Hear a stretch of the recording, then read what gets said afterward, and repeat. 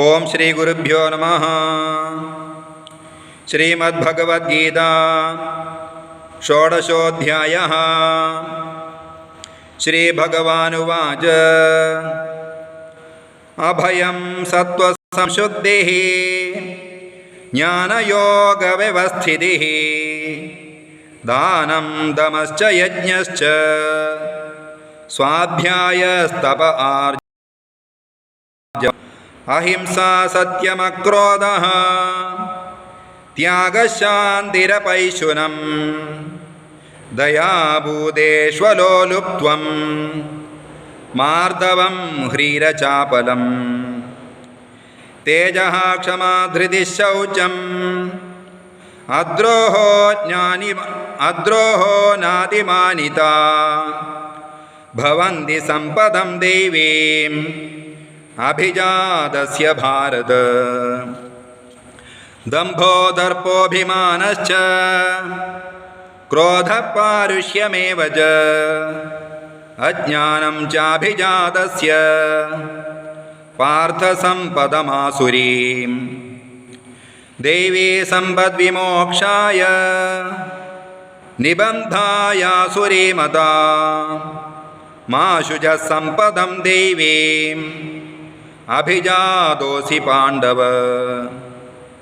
द्वौ भूतसर्गौ लोकेऽस्मिन् दैव आसुर एव च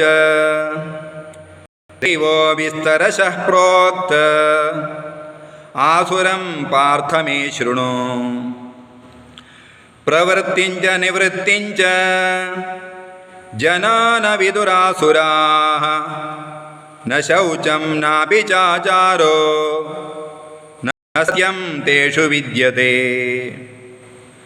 असत्यमप्रतिष्ठं ते जगदाहुरनीश्वरम् अपरस्परसं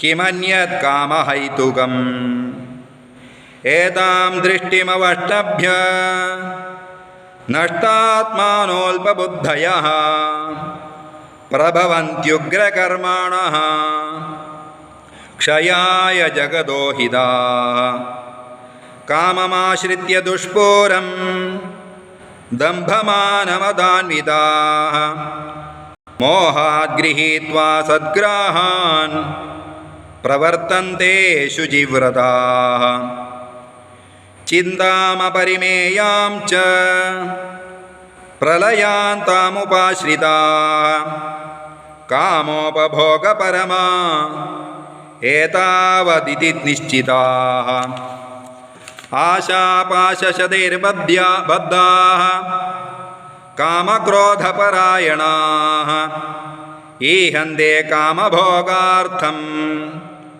अन्यायेनार्थसञ्चयान् इदमद्य मया लब्धम् इमं प्राप्स्ये मनोरथम् इदमस्तीदमपि मे भविष्यति पुनर्धनम् असौ मया हतः शत्रुः हनिष्ये चापरानपि ईश्वरोऽहमहं भोगी सिद्धोऽहं बलवान् सुखी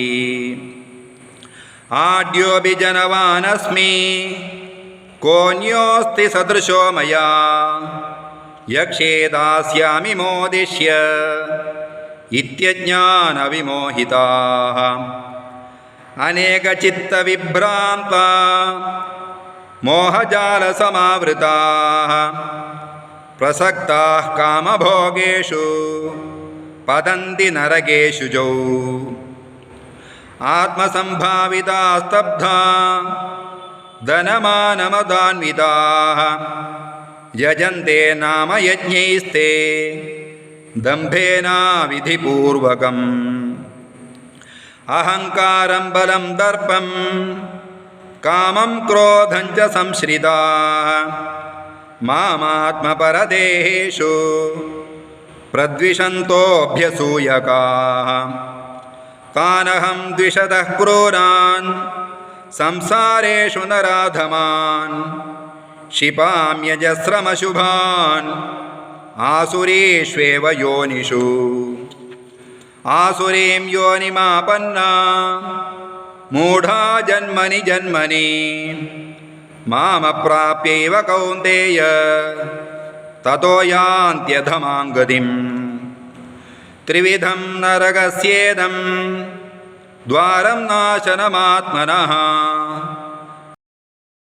कालधा लोभः तस्मादेतत्त्रयं त्यजेत् एतैर्विमुक्तः कौन्तेय तमोद्वारे स्त्रिभिर्नः आचरत्यात्मनः श्रेयः ततो याति पराङ्गतिम् यशास्त्रविधिमुत्सृज्य वर्तते कामकारतः न स सिद्धिमवाप्नोति न सुखं न पराङ्गतिम् तस्माच्छास्त्रं प्रमाणन्ते कार्याकार्यव्यवस्थितौ ज्ञात्वा शास्त्रविधानोक्तं कर्म कर्तुमिहार्हसि।